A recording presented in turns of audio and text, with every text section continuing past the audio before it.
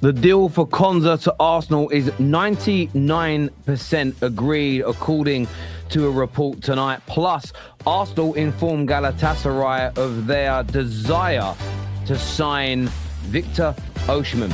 We're talking Enzo Fernandez as well. The saga is not done. The brilliant Sam Lee reports that Man City still want him. Plus, it's been confirmed by leading sources in the Netherlands that Cody Gakpo and Tottenham have a full agreement in place. What does this mean for the Barcola story as well? All that and more to come live on the Done Deal Show.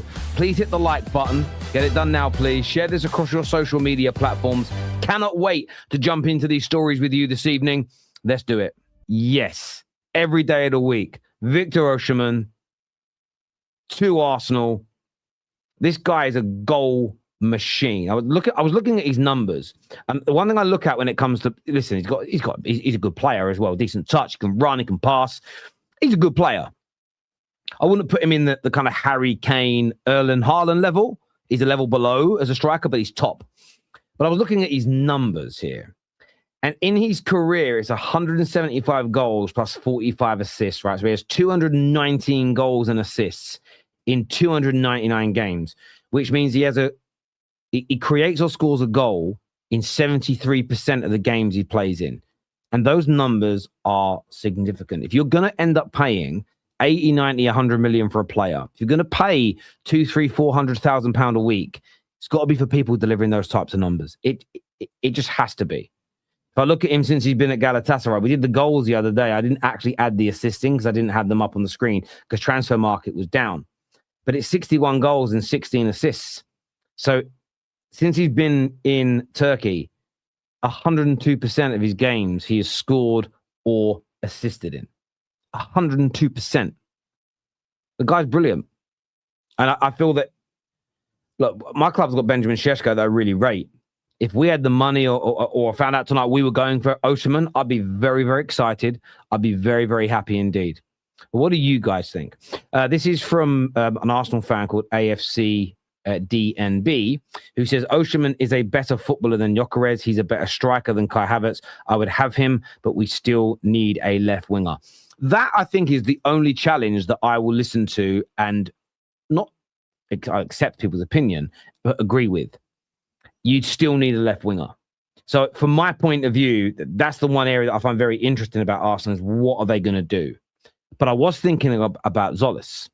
And I don't think Zolis is going to be like a Barcola or a Kvaratskhelia in terms of the way he can beat a man through skill, pace, whatever it may be.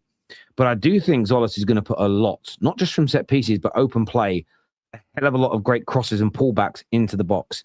Having somebody like with the predatory instinct of a Victor Osimhen in the middle for those kind of crosses, those kind of through balls, could be very, very potent. Could be extremely dangerous. Extremely dangerous. I was watching Chelsea. I didn't watch the whole Chelsea game today, but I watched the goals. And it's why I think João Pedro, with the right type of service, could get so many goals this season. Because he's got that predatory instinct. If the crosses and the through balls are good enough, can score a lot of goals.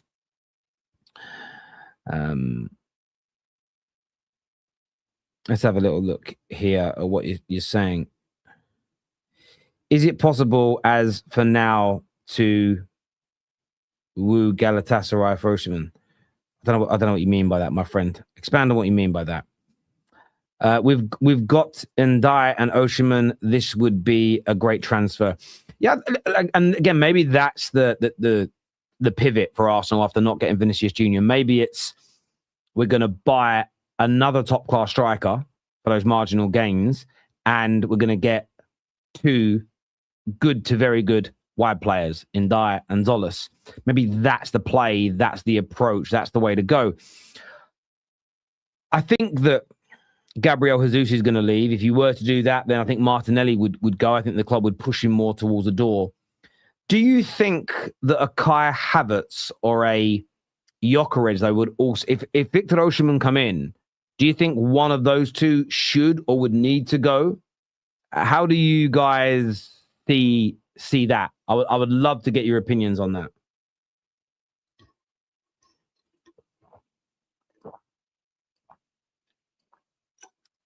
Ryan here says Zolos will surprise people. Yeah, I think so. I think he's got signings like that often can, in the sense that they're coming for Terry. Do you know what wages he is on after tax? Osimhen would need 500,000 just to match what he currently earns, because the UK does things before tax. Yeah, look, he who knows what he would and wouldn't accept financially. My feeling is, I bet you could. The one thing is this.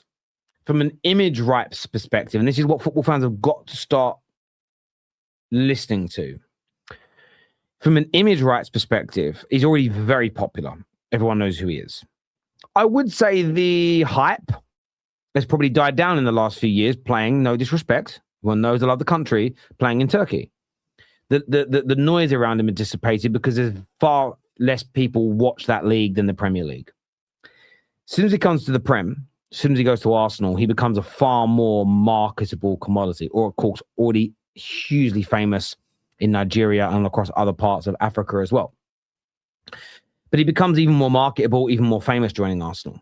So where deals can be done is that when it comes to the image rights, when it comes to the endorsements he now starts to get, a lot of that can be made up. And made up in the sense of, well, we're not going to pay you 500k a week after tax. We're going to pay you 300,000. Arsenal were to make the signing of Osimhen, or even indeed an Álvarez, Martinelli could be sold to facilitate one of those deals.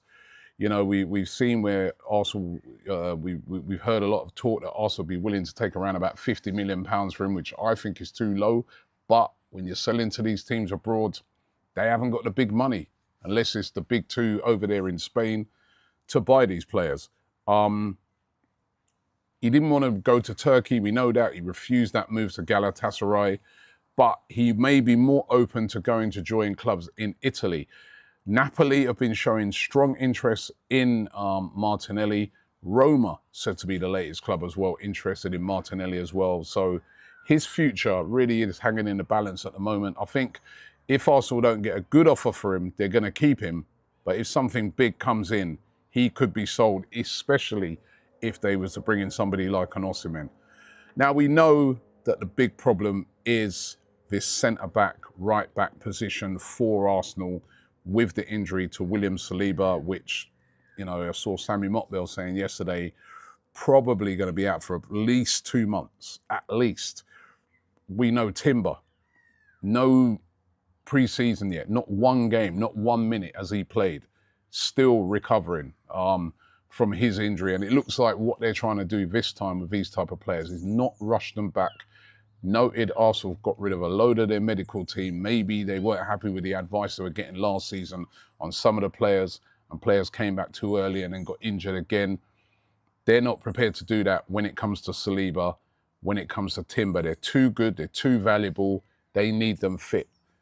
Need a centre-back who can also play in that right-back position as well. That is the ideal signing for Arsenal. We know Ezri Konsa is one of those players that they're looking at. Now, according to a couple of journalists, Arsenal's set to be closing in on a deal, according to them. Journalist Peter O'Rourke, he claims that a deal is 99% done. Wow, that's what he's claiming. The French journalist, Sébastien Vidal, he's saying that the deal for Konsa is progressing well. And Sammy Mokbel of the BBC says Konsa is the preferred option over Quansah, who is proving difficult to get because Bayer Leverkusen don't want to sell him. The sticking point, as we know, Villa wants 60 million. Arsenal's valuation, far less than that. Can they come for a compromise and get this done?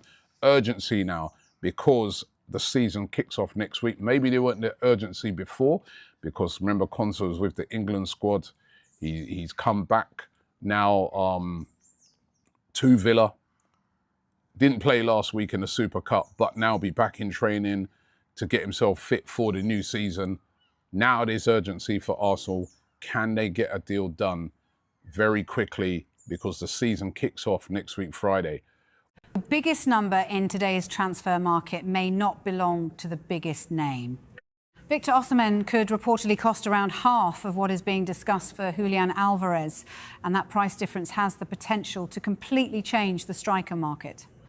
At the same time, Arsenal are closing in on Ezri Konsa, while Everton have emerged as an interested party for Ben White. 3 deals, 3 very different stories, and 3 clubs making very different calculations. Let's start with Osimhen. Forget the headlines for a moment and look at the economics. If a club can acquire a striker with Osimhen's goal-scoring reputation for roughly half the financial commitment required for Álvarez, recruitment departments across Europe are going to pay attention. This isn't necessarily about deciding which striker is better.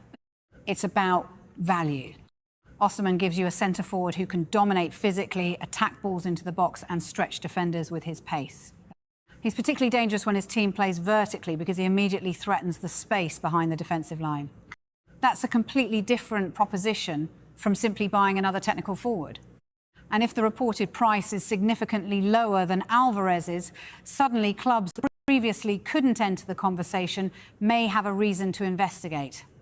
That could create competition around Osimhen very quickly. Now move from attack to defence.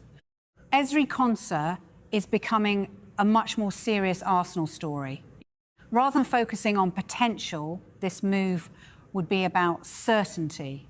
Konsa already understands Premier League football.